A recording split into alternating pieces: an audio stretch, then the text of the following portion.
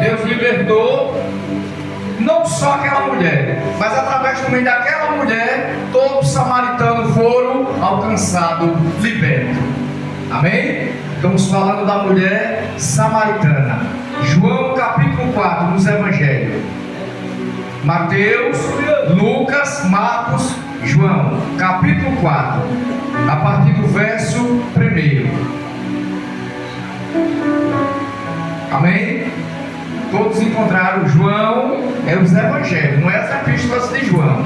Capítulo 4, a partir do verso 1, que diz assim, a minha essa Bíblia, revista atualizada: a mulher de Samaria, quando pois o Senhor veio a saber que os fariseus tinham ouvido dizer que Jesus batizava mais do que os discípulos de João, bem mesmo que não era verdade, e deixou a Judeia e se retirou para o outro lado da Galileia, e era necessário atravessar a província de Samaria. Verso 5: pois chegou a uma cidade samaritana chamada Sicá, perto das terras de Jacó, que dera a seu filho José.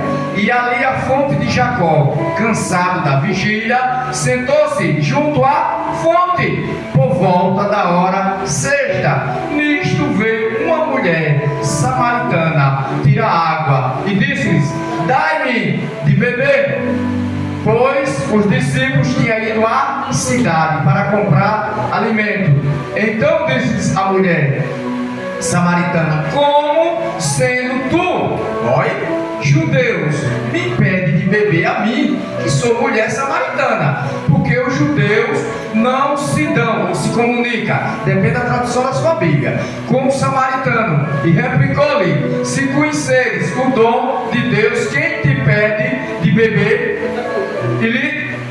E isso dera água viva. E respondeu-lhe: tu, como não tenho como tirar, o poço é fundo, mas tem água viva.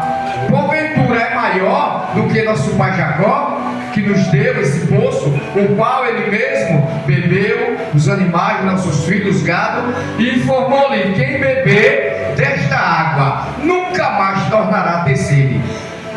Aquele, porém, que beber da água que eu lhe der, nunca mais terá sede. Pelo contrário, a água que eu lhe der será uma fonte e jorrará para a vida eterna. Disse mais a mulher: dai-me, para que eu não venha mais, não tenha que vir mais aqui, pois buscar. E ele disse: vai, chama o teu marido. E ela respondeu à mulher: não tenho marido. E ele replicou: Jesus, bem disseste, já teve 5, porque esse marido agora que tem, não é o teu marido. E isto disseste com verdade, verdadeiramente é adoração. E disse-lhes a mulher: vejo que tu és profeta. Pode sentar. Glória a Deus. Pode sentar.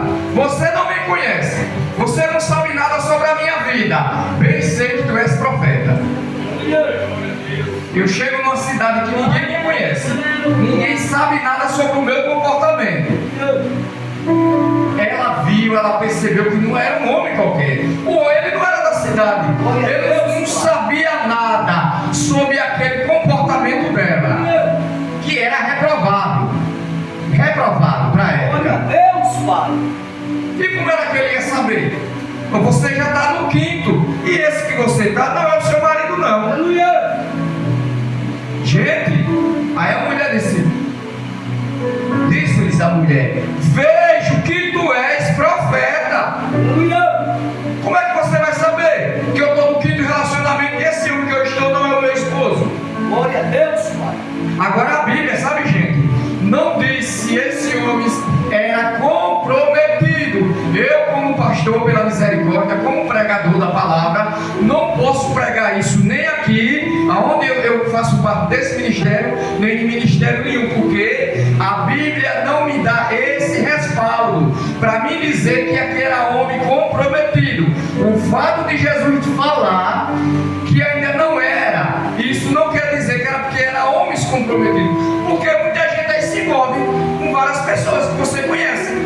E infelizmente, por não vigiar e não orar, o relacionamento não dá certo. Isso não quer dizer que era porque esses homens eram comprometidos. Eu não posso pregar isso. Por quê, pastor? Porque a Bíblia não vai me dar o respaldo. Eu só posso falar aquilo que a Bíblia vai me dar o respaldo. Se a Bíblia não falar isso, eu não posso pregar isso não. A Bíblia não diz se eram homens comprometidos ou eram homens livres, ou seja, um homem solteiro, que não tinha compromisso. A Bíblia não diz que esses homens que se envolveram com essa mulher, se eram um compromisso, porque o fato de Jesus dizer que ainda não era esse, e isso não me dá autoridade para pregar, porque a Bíblia não me dá respaldo. Aí eu vou chegar para a igreja e dizer, olha, esses homens eram homens casados. Não, a Bíblia não diz isso. Não é isso que Jesus está dizendo. E tem muita situação que você se envolve com alguém e o fato de você não vigiar, aquilo não vai dar certo. E a pessoa é solteira, mas pelo fato de você se empolgar, né? Porque é bonito, aquela coisa toda, só que tem que ter outras qualidades. O problema hoje da juventude da igreja é isso, né? Eu gosto de brincar nas igrejas, porque diz que lá no capítulo 16, aí diz que quando entrou um cara bonito assim, né, que nem o pastor Guedes, aí Samuel disse, é esse, é esse bonitão, mas papai está dizendo que tem que orar mais. Não é pecado não, viu, jovem, você que é solteira, namorar com um bonito não. Agora, o problema não é só a beleza física, tem que ter caráter. O problema está aí, porque vai pela parte, a mesma coisa é o homem. Os homens têm essa mania de se empolgar porque a irmã é bonita, orei, mentira. É atração física, não é amor. É porque a irmã é bonita, tem um corpo bonito, aí o irmão disse que orou, não orou coisa nenhuma. Tem que vigiar. O Senhor está dizendo nessa noite, ore mais e procure ter mais confirmação. O que Deus une, Deus não vai separar. Mas se separou, porque não tem humildade para sentar, para conversar, para dialogar. Não era de Deus, não era o tempo de Deus, não era aquele camarada bonitão. Mas pelo fato, é isso que eu digo, tem que ter as duas qualidades. Não é pecado, agora tem que ter caráter. Ah, mas ele prega bem, é pregador. O problema não é só pregar, o problema é ter vida, ter testemunho, é ter caráter. Ah, mas ela fala bem, louva bem, e daí? Isso não é tudo não. Tem que ter vida, tem que viver na presença. Glória a Deus. Para o gigante ser vencido, eu tenho que querer, mas eu estou disposto. Aí é que está.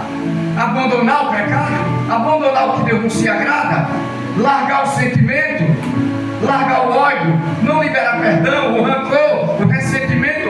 O gigante só vai cair quando a gente fazer o nosso dever de casa. O gigante não vai cair, gente, eu querendo viver o evangelho do meu modo, do meu jeito. O gigante não vai cair. Pastor, e o que é gigante hoje que não tem mais gigante? É as dificuldades, é a luta, é a afronta, é a altivez, é eu querer ser crente do meu modo, do meu jeito. Não tem reverência, não tem obediência. Vivemos uma geração que não ora, que não lê Bíblia, que quer viver ser crente de qualquer jeito, procurando pregador, atrás de profecia, mas não ora, não lê Bíblia. É a geração de Eli, o comportamento da geração de Eli. E o samaritano, pastor, porque o samaritano não se dava com os judeus. Qual é o problema? Qual é a dificuldade, pastor? Havia três coisas. Primeira questão religiosa, moral, por parte da mulher, e a questão espiritual. O judeu se achava muito santo, e pelo fato do samaritano, porque quando acabou o asilo na Babilônia, vieram pessoas de outras nacionalidades morar em Samaria. Gente, se aqui na ponta da Ásia vieram outras pessoas de outras localidades para morar, ou de outros estados ou países, aqui vai ficar misturado. Então, o linguajar, a cultura, o modo de agir, o modo de se vestir. Por isso que o samaritano se enveredou, perdeu a sua identidade. Não é essa que ficha aqui para apresentar para a autoridade policial. É identidade. Eles perderam a sua identidade. Eles se enveredaram.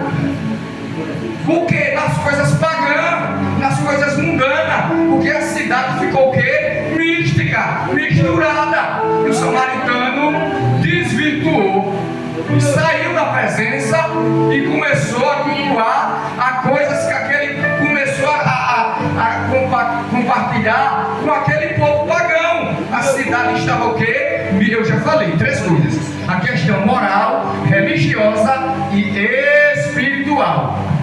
Aí foi necessário Jesus entrar em Sicar.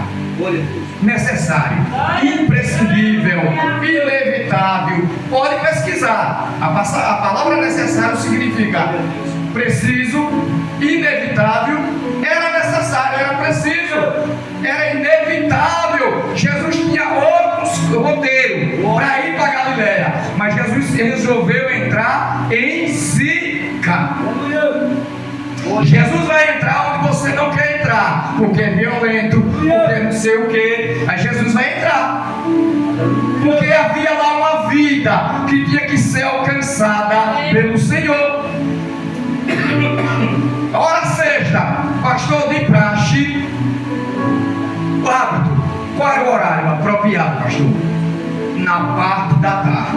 Mas o Senhor está dizendo para nós aqui à noite que a mulher foi no horário do meio-dia. Gente, é muito simples. A mulher não queria dar de encontro com as outras mulheres da cidade, entendeu?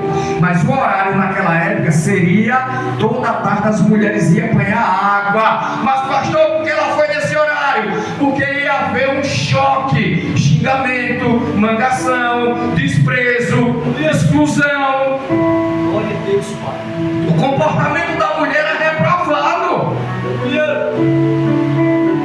As pessoas viam a mulher, não queria ter um convívio com aquela mulher, pelo fato dela se comportar dessa maneira. Esse comportamento, se hoje não é aprovado, você imagine naquela época, era algo terrível. Ela vivia angustiada, psicologicamente, fisicamente. Isso é algo terrível, porque o pior trauma não é o físico, mas é o psicológico.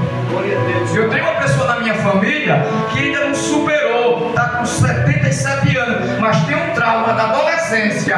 Aí você vem me dizer, não, mas é crente, prega, é pastor. Tem pessoas que é pastor, é membro, é bispo, mas ainda tem algo do passado que a pessoa não superou.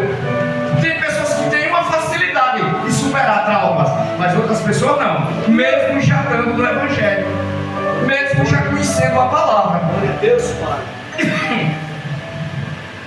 E Jesus entrou em Samaria. E ela disse, eu quero. Mas a água que a mulher estava indo banhar era para saciar a matéria, viu, gente? Isso não quer dizer que a gente não vai tomar água. E a água que a mulher disse, eu não preciso vir mais aqui. Mas só que a água que ele estava oferecendo era uma água que ia preencher todo o ser daquela mulher. Jesus ia trazer vida, pastor, e a mulher estava morta, pastor. A mulher, como digo, as igrejas estão cheias de pessoas mortas. Mas não morto não, a irmã veio todo bonito, o irmão veio bonito de terno, está pregando, está falando, está morto. Eu estou falando há 2 mortes: a morte física e a morte espiritual.